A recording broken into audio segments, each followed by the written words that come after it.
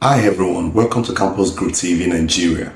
My name is Dr. Joseph Addison, and today we'll be discussing a very important topic which borders on the document requires to process your UK Master's Degree Program.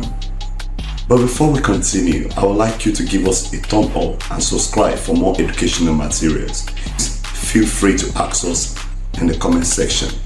And at the course of this video, you will see our details in terms of our contact numbers, our email address, so you could reach us with further inquiry. Basically today, we'll be talking about essential document that is required for you to apply for your master's degree in the United Kingdom.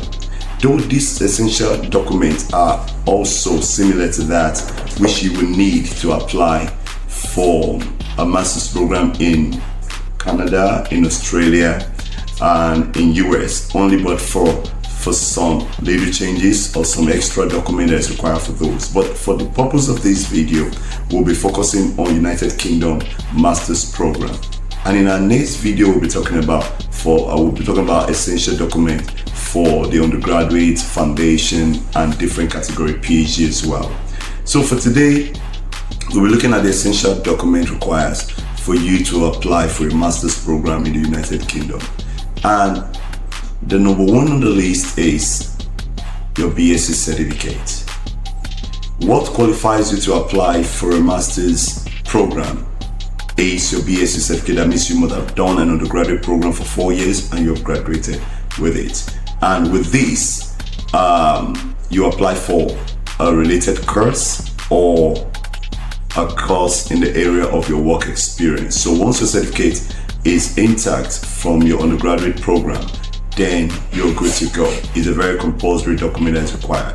Following this is your transcript. That is the number 2 document that will be required for you to process for your master's in the United Kingdom. Your transcript carries the total courses that you studied, the points you accumulated, the grade you have, and what is the sense of this transcript. Every university would like to know what you actually study under these programs. So they want to know the course you did in your first year, your second year, your third year, and your fourth year, and correlate it with the modules of their university program to be certified that you actually have acquired the basic knowledge that is needed for you to make progression to study for the master's program you are required. Now, just to let you know this as well, there are 2 things that qualifies you for a particular course you're interested in studying in the UK. It's either you study for a master's program related to your area of first degree, or you study for a master's program in the area of your work experience. So in some cases, some university launching new programs might just want to take people that have studied, irrespective of whatever you've studied. You could be allowed to come in to study for a particular program that is just introduced. You cannot totally move out from a particular course you studied in your undergraduate. Let's say, for example, you studied for business administration in Nigeria, and suddenly you want to study for a master's in information technology or computer science. There is no correlation. You're just going to the university there to struggle. And when you pick courses like that, you end up dropping out in the long run. That's if the university is just trying to increase numbers in this course, perhaps as a result of they not having enough students.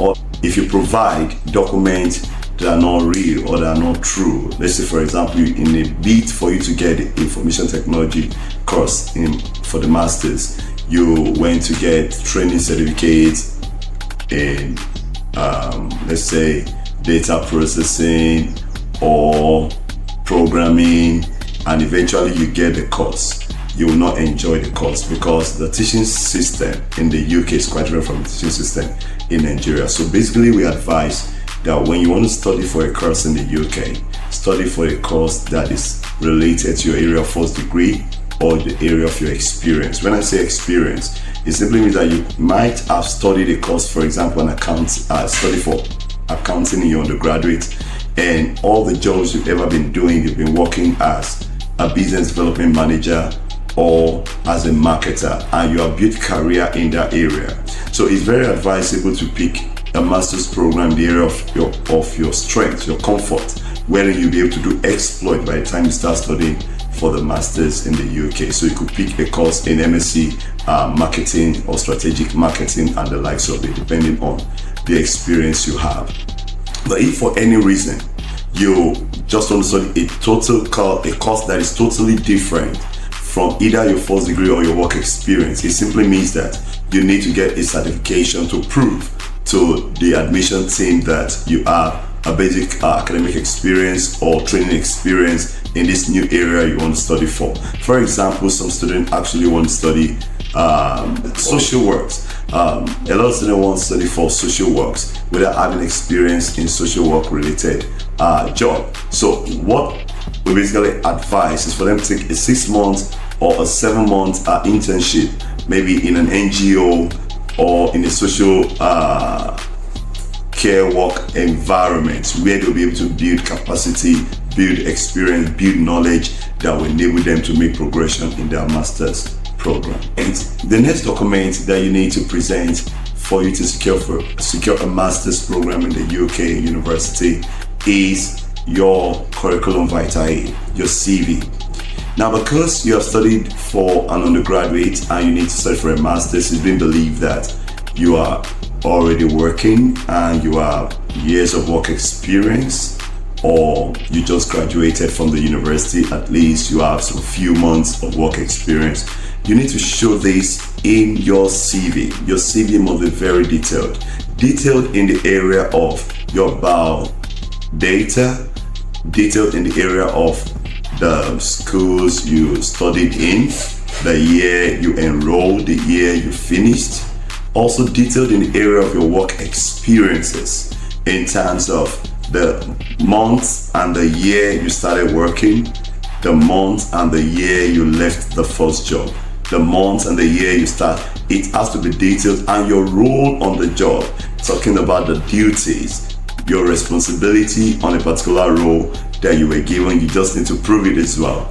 And once this is looked at, it's also one of the game changer for you to get your offer on time, because someone who has a good work experience will definitely do well on their master's program. Bringing the work experience into the academic environment will enable you to really settle down and be able to do your thesis well where it is required. And once the CV is intact, then you're good to go to secure your master's offer. Another point is that you must have your international passport intact, and it must be valid. You know, we've had instances where some persons will say, oh, my international passport is expired and I just need to get another one, but can you go on with this while I process the other one? I would rather advise that you get your international passport intact and ensure that it's valid. For the case of Nigeria, we have 5 years international passport, we have 10 years international passport, depending on how you can afford it. So I would rather advise, when you want to study for UK or you want to study abroad for a master's, ensure that your international passport is very available, because the international passport number is going to be spelled out on your CAS document, and when you're applying for visa, it will be required. And without the international passport, even when you secure offer, you can only get a conditional offer. That's if a school is willing to give you a conditional offer. Without it, you cannot make progression to have unconditional offer, talk less of getting a CAS and applying for visa. Also know that your international passport, if it's about expiring, the only time it can be accepted is that it's 6 months to your studying, so it can still be accepted. So when you get to the UK and it expires there, you can go to the Nigerian Embassy, High Commission, to actually renew your passport. But you also save yourself a lot of stress because you have a lot of things to attend to in the UK. I would just advise, try to do a renewal before you make progression to study in the UK, so that you know that in the next 5 years you will not be struggling on your international passport renewed. So it's one of the crucial documents in the UK. Go and get your international passport, or in any other country of the world, just go and get your international passport, because that is your gateway to crossing the border.